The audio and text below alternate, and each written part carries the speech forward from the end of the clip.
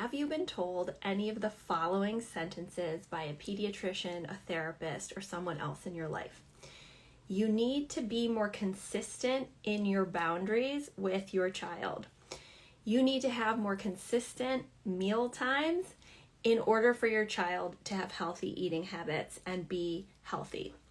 You need to be more consistent in your screen time limits so that they don't have delays in self-regulation, language, and learning. And then finally, when things potentially are escalating, there's the exploration of, well, there may be disorganized attachment or reactive attachment, okay? So these are very common questions that parents of pathologically demand avoidant children and teens are asked, and sometimes it's doubled down on, especially by those professionals in positions of authority.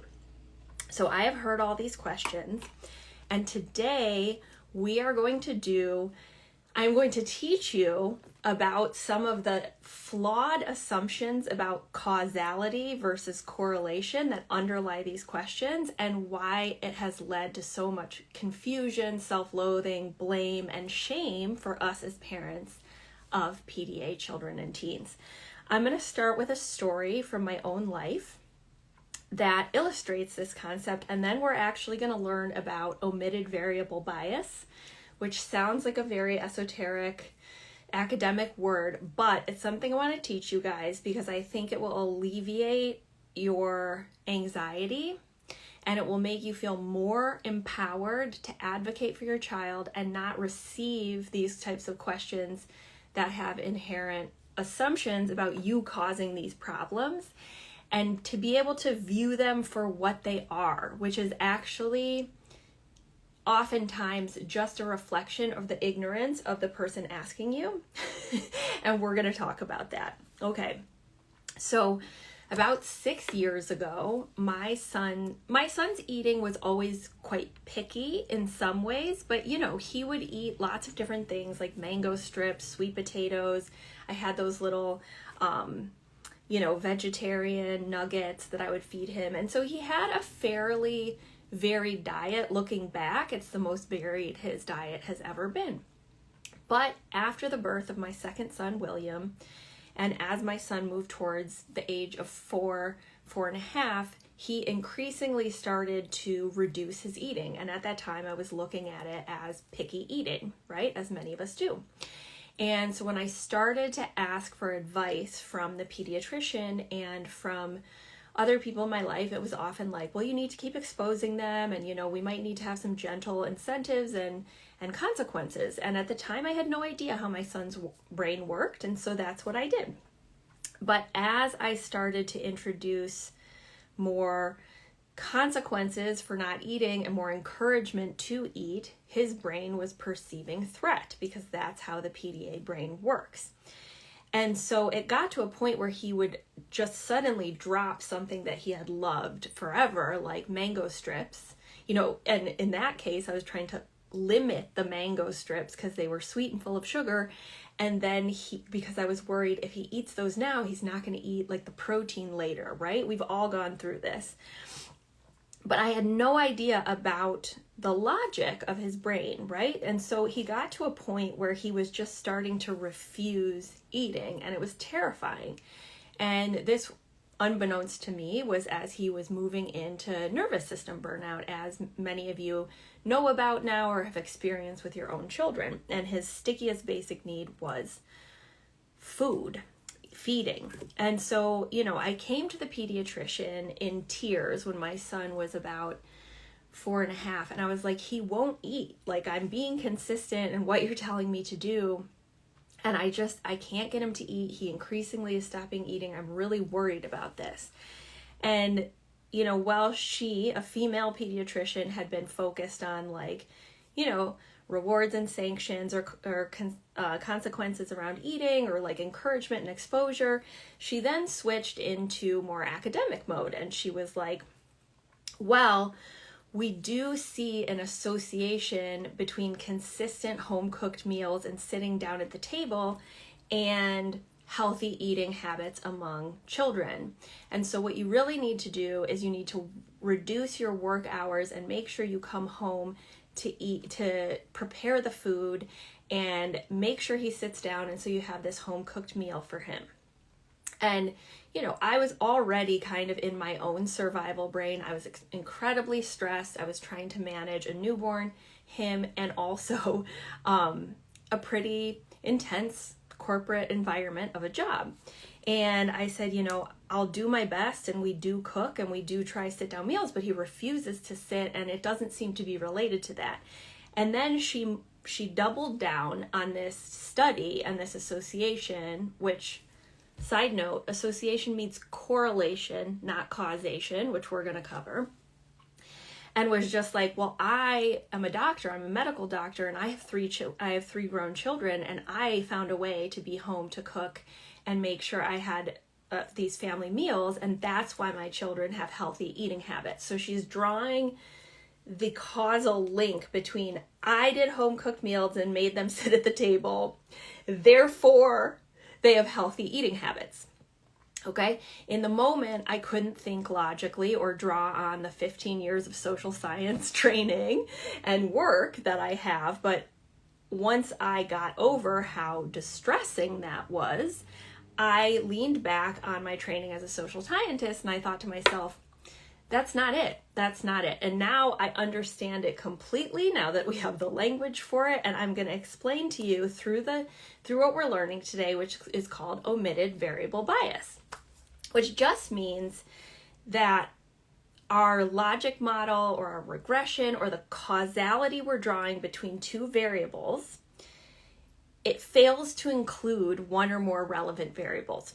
What are you talking about, Casey? Don't worry, I'm going to get into it. Okay, so we're going to talk about 3 areas where parents often get blamed and the causality for the problems is ascribed to the parent behavior causing the problem.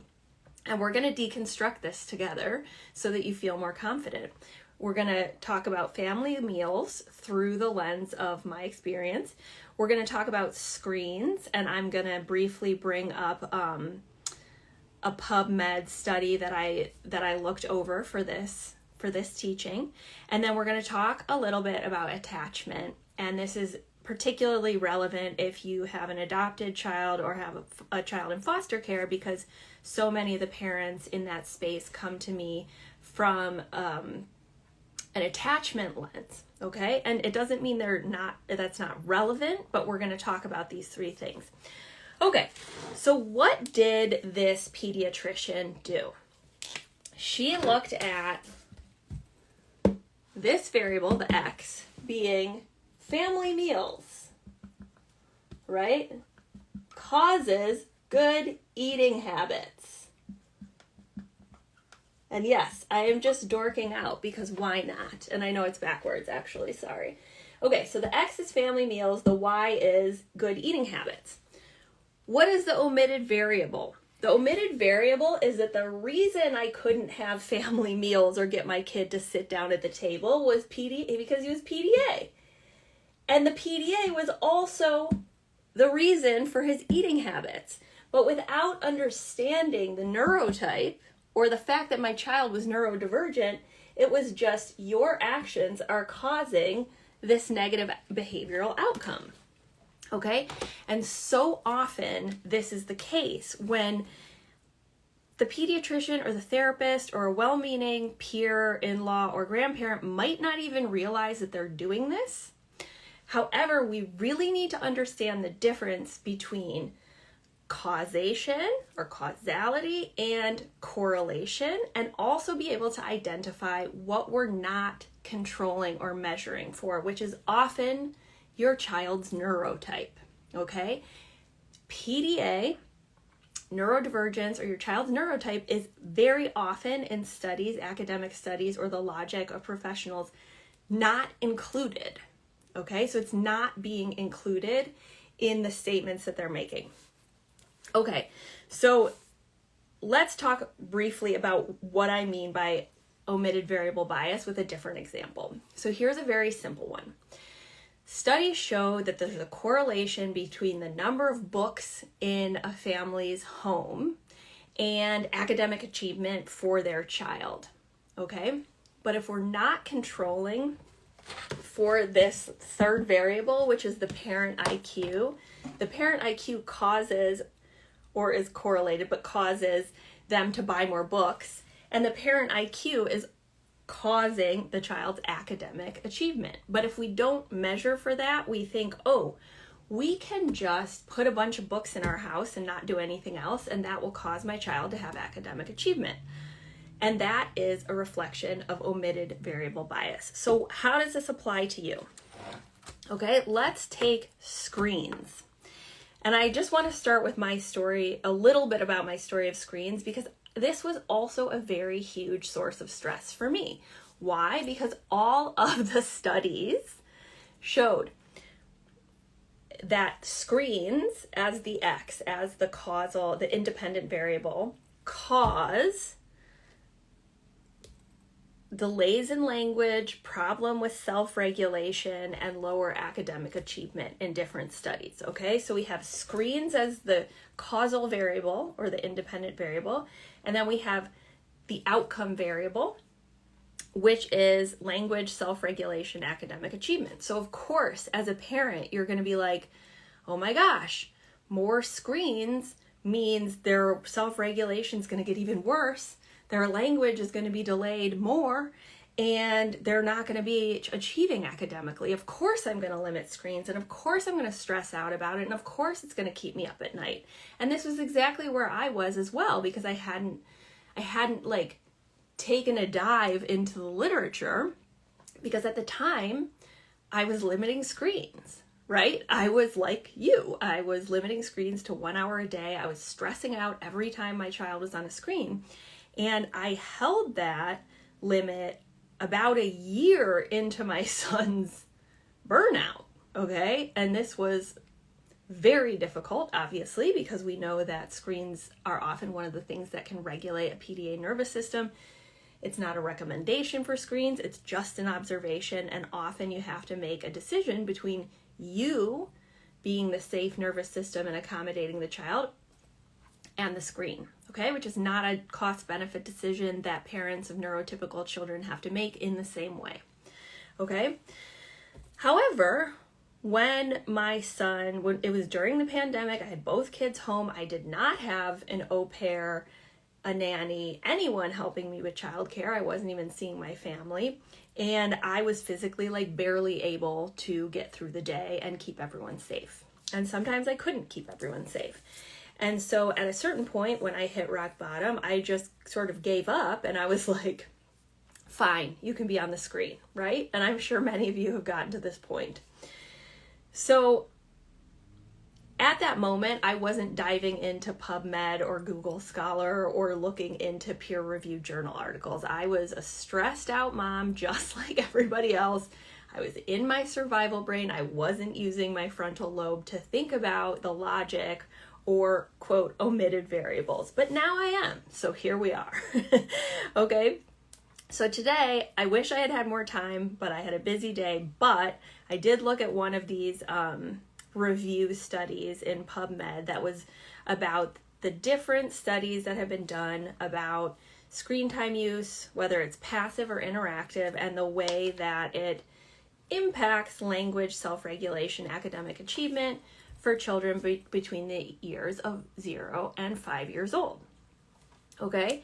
And so it did show patterns of it negatively impacting that. However, the point I want to make here is that when we have an X, screen time, and then we have a Y, which is these negative outcomes, when we're not controlling for PDA or any other type of neurodivergence, which in these studies it was not, we're not controlling for the omitted variable, which is both likely causing the amount of screen time because the child is gravitating towards this as something to regulate them. They're having much more self-regulation issues already, and the parents making decisions within different constraints than a neurotypical child. And so the neurotype is actually leading to the conditions causally for more screen time. On the other side of things, the neurotype PDA is leading to, or ADHD or whatever neurotype it is in the neurodivergent realm, is also correlated on the outcome variable with more difficulty with language, more difficulty with self-regulation, and potentially delays in academic achievement. Okay, so we just have to understand that it's not necessarily the screen that is causing that for the children for whom it is showing in the big sample that it is bringing down those dependent variable indicators, so those outcomes, okay? Especially because of the age group we're looking at, which is 0 to 5. If you're a parent of a PDAer, you know better than anyone that most of us did not even realize that our children were PDA or that such a thing existed until they went off to school, or a second child was born, or, there was a big structural change in the family. And then a bunch of parents don't even realize it until their children are like 11, 12, 13, right? So given that PDA is not recognized in the DSM-5 and that it's not going to be diagnosed in early intervention, these kids exist and they're included in large N samples for studies, okay? So I'm not here to be like, screens are good or screens are bad. I'm here because I want to alleviate some of the fear for you and anxiety, and also prompt you to feel more empowered and not blamed for these outcomes which are associated with your child's neurodivergence and not necessarily your parenting practices, even though certain studies would imply as such, or pediatricians or others in your life use these studies against you for your decisions, okay? So I'm going to pause there, whether you're listening on the podcast or here with me live. I'd love for you to just drop an emoji and let me know if this is making sense, okay? Because we're talking about a statistical concept, but we're applying it to our day-to-day lives as parents of PDA children and teens. Okay, so I see some hearts going. Thank you, guys. I want to make sure I'm not talking about something that's just going over everyone's heads or feeling totally irrelevant. Okay, cool. All right, so the last area that I want to talk about within this frame of like, does X cause Y? Does parenting cause these behavioral outcomes? Or is it more complex than that? And actually, we don't need to completely blame ourselves constantly or allow others to make us doubt our parenting practices or choices. Okay? And this is in the space of attachment. Okay? So this is particularly relevant for parents if you have a adopted child, a fostered child, a child with medical trauma, okay? Because often the parents who end up in the PDA space have gone through more of a trauma-informed or attachment lens, and it's helped but not addressed everything, right? But a lot of them have felt like, and this happened to me too, and I don't have an adopted child, where the assumption from others was he must have a lack of attachment and that's why he's behaving like this, right? And I'll just say, out of intuition and survival, I was attachment parenting against my will, okay? I did not want to attachment parent. I was like, going to have my kid on schedules. I was going to sleep train. I was going to be all the things, right? And because I was trying to survive with a baseline of a child who was in fight, flight, an infant, I co-slept, breastfed on demand constantly. He was the biggest chublet you've ever seen because he was literally constantly breastfeeding as oral regulation. And I wore him in a wrap for basically the first 6 months of his life. So all of these things were not a mindful or intentional decision. It was out of survival, right? And so I wasn't like an attachment parent. By choice, I was an attachment parent by default. So when people would talk to me about attachment, I was just like, what are you talking about? right? There isn't a quote lack of attachment. That doesn't make sense to me. I was like an attachment parent. Like, where was there a lack of attachment, right? And so I've thought about this, especially as I've worked with a broader array of parents, some of whom have adopted children, and they're told, oh, this is a lack of attachment, okay? But something we have to understand about attachment is it's not... One of the things that bothers me about attachment, and I'll say I don't dislike attachment as a lens, I just think often it can be wielded against parents of PDA children, and that I dislike. It can often be the causality is the parent's behavior causes the lack of attachment. I'm using X variables because those are the independent variables, and that leads to the behavior. When actually the omitted variable, which influences all the things, the parent's behavior, the attachment between the parent and child, and the behavior of the infant, toddler, child, is this omitted variable of an undiagnosed, unidentified neurodivergent child, in this case PDA. And it's particularly impactful in a negative way for us as parents in the PDA space because we often have received constant negative feedback from our own children while we're engaging in attachment parenting. Okay? So what we have to understand is that yes, absolutely, parenting has an impact on attachment, which has an impact on behavior, but we also need to account for what is causing the parent's behavior in response to and according to their intuition of their child. Okay? And so when they're constantly experiencing fight, flight, or freeze, or shut down behavioral expressions of this nervous system disability as a parent, starting from infancy or toddlerdom or childhood, that has a profound impact on the parent's behavior towards the child. And often it's intuitively accommodating, right? But it's also traumatic, right? So of course it could influence attachment, right?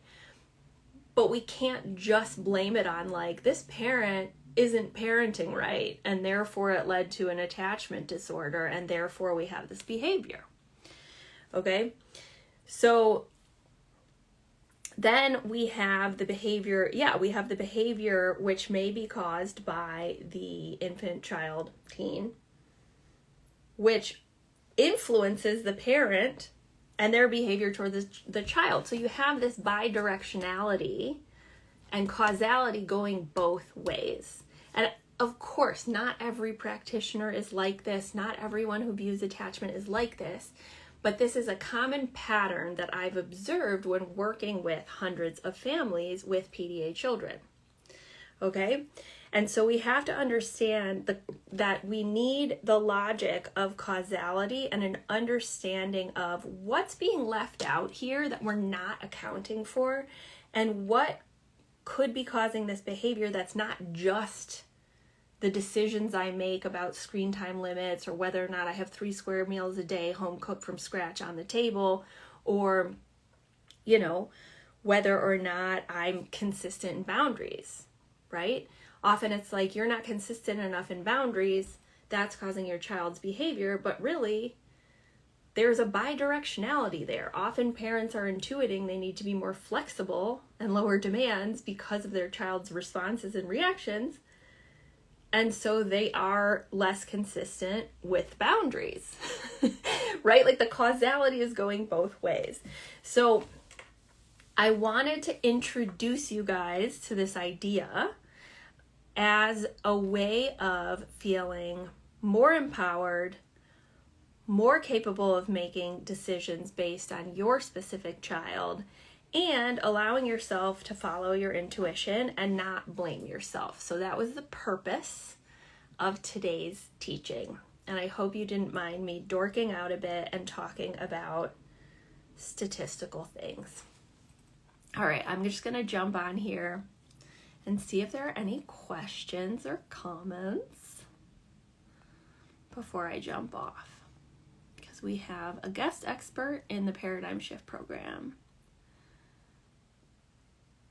Yeah, so LC 2035, what if a child's behavior changes out of nowhere? So almost everything can have multiple reasons, right?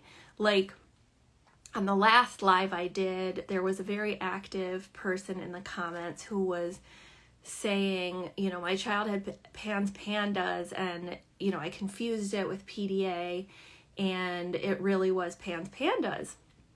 And so I needed to treat it as such, and that's what the cause was. So that could absolutely be the case. Here I teach about PDA, and that is consistent with the patterns I've observed where there is an accumulation of nervous system stress and then a tipping point with your child, which can be fluctuating over the course of months, of weeks, of a day. And in extreme cases, when the child enters burnout, it can look like a sudden behavioral change because your child's reached their threshold. And so you're seeing that constant nervous system reaction. They don't have a window. Okay, so I'm not a medical practitioner. I'm not a clinician, but what I'm here to teach you guys is to think logically and use some tools from social science in order to get yourself clarity. So the best way to get clarity is to start experimenting and observing data and following your intuition. So like as I'm speaking, maybe your gut Elsie is like, ooh, pandas, I'm going to check that out. Or I don't know you, so maybe you're like, that's not it. They haven't had a strep infection. I don't think that's relevant. I'm going to experiment with accommodations and observe, right? So it's a combination of using this consistent logic and understanding, but like paired with your understanding of your life and your child.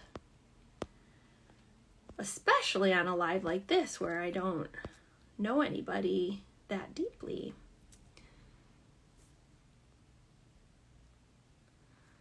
Yeah, I'm just gonna look at some last comments and then I'm gonna jump off.